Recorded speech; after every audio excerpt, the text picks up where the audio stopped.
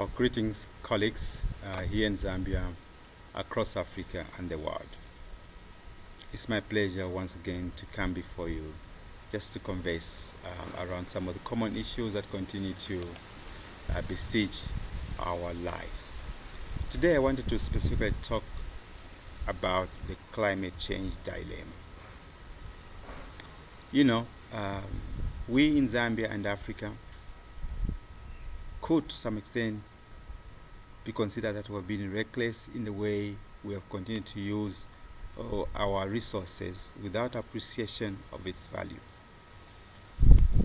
Sustainable use of natural resources such as land, forest, water, wildlife resources is being sacrificed for a piece of cake that is being dangled to all of us through many mediums or channels or avenues such as foreign investment, sometimes something called aid.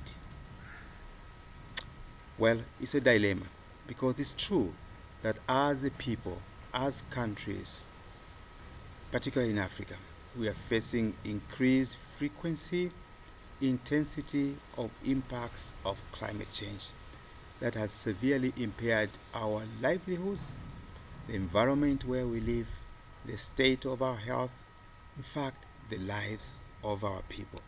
As you have seen in the recent past, lives have actually been lost.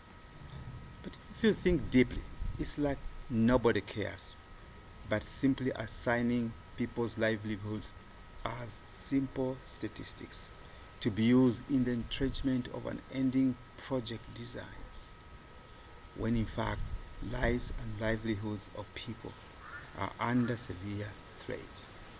If you take note, it's not a secret that Zambia has insignificant contribution to climate change.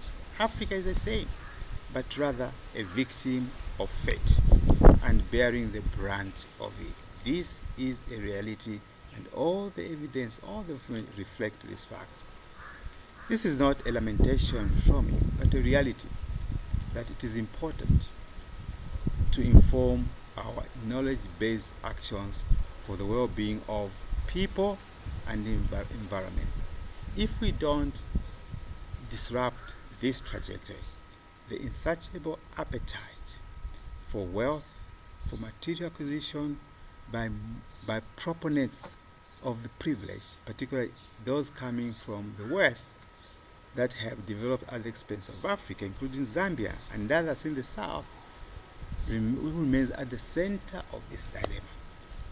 It's a dilemma because despite the many pronouncements and pledges that we have witnessed over the years and even in the recent past, suggesting some level of commitment and support to address this life and death matter, there's been no meaningful transformation in transitioning ours as a people in terms of our livelihoods, our ecosystem resilience among the local people who face the brunt of these impacts. In fact, the pendulum has continued to gravitate towards increased vulnerability and poverty of local people and business here in Africa. This is not an informed claim.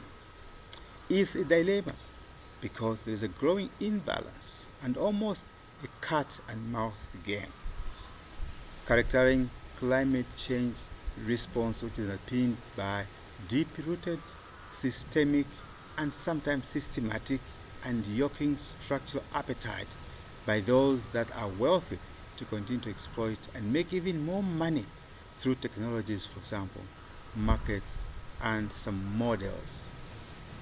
So I think it's important to contextualize local actions, foster people's participation, address the drivers while harnessing their opportunities as a bare minimum so that we can instigate a green growth trajectory.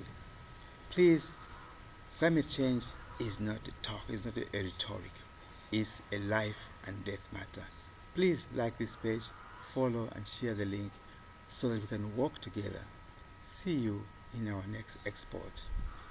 Thank you.